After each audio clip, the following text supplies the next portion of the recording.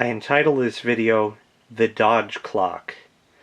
What we have here is a car computer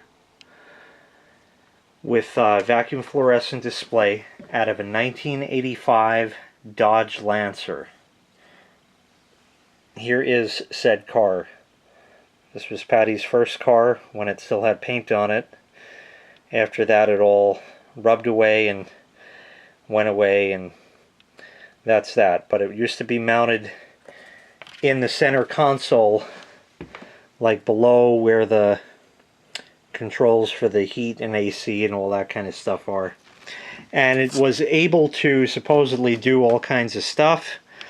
It could track your range on the tank, estimated time of arrival if you punch in how many miles it was. I don't remember exactly how it works.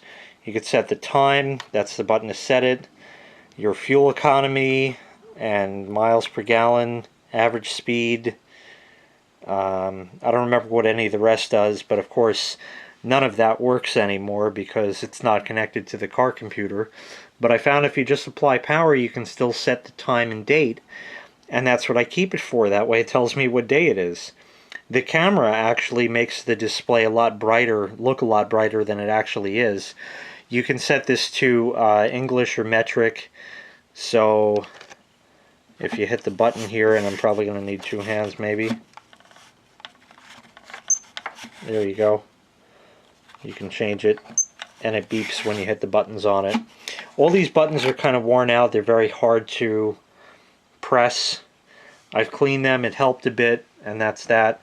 What's this thing on top? This was also in the, I think to the left of the dashboard, and it showed if you had the doors open, you know, any of the doors open or the trunk open, and also showed if your windshield washer fluid was running low. This is rigged up in a rather peculiar fashion with tons of dust on it. This is the back of that. You see all the connectors there. I just wired it all together into this mess, and I'm going to explain how this is wired up. I found what wires this needed for power, and there's a third wire called display enable, and that display enable was connected to a switched position for the ignition, so only the display would light up when that happens. But I have power connected through the relay.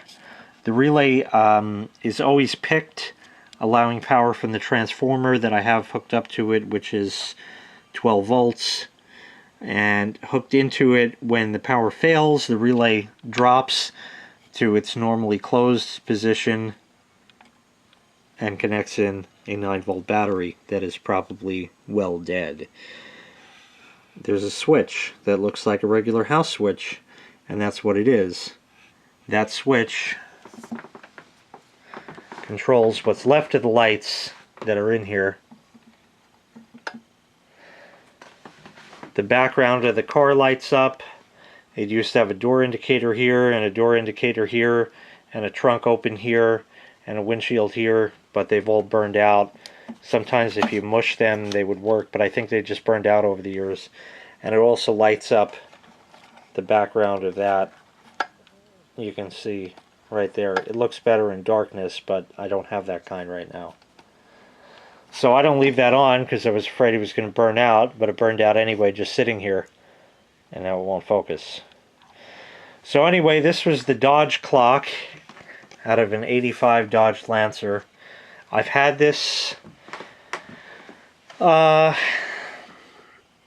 definitely since probably 2002 for certain, maybe even 2000. Plugged in using the same transformer, doing all that, all out of a 1985 Dodge. So this thing is 30 years old. 30-year-old technology that now is making a comeback in cars, and most cars have average fuel economy and all that kind of great stuff that can be programmed in. But it's not a new idea. It was available 30 years ago. I pulled this clock out personally along with that. All the power door lock modules, a whole bunch of lights and stuff that were in the car, and I don't remember what else, if anything. But anyway, that is the Dodge clock. Thanks so much for watching. Make sure you hit like, make sure you hit subscribe, and take care. We'll see you next time. Bye-bye.